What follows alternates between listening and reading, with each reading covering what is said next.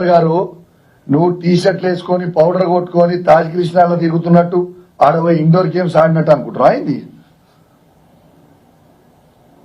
ఇక్కడ ఉన్నది కేసీఆర్ నాయకత్వంలో, ఇక్కడ ఉన్న మేము అందరం కూడా శిష్యులము, కేసీఆర్ గారు శిష్యులము.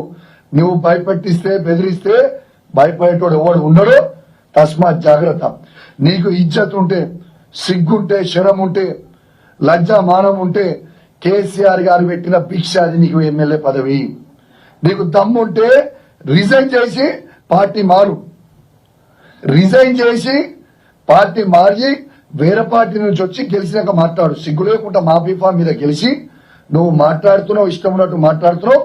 నువ్వు మేము సవాల్ విసురుతున్నాం, నువ్వు రిజైన్ చేసి మళ్ళా పోటీ చేయి. కానీ నువ్వు ఆడి నుంచి ఉండి మా శాసనసభ్యులని మమ్మల్ని బెదిరిస్తే భయపడేటోళ్ళు ఎవరు లేరని తెలియజేస్తూ, మరియు యావత్ తెలంగాణ లోకానికి కూడా నేను దయచేసి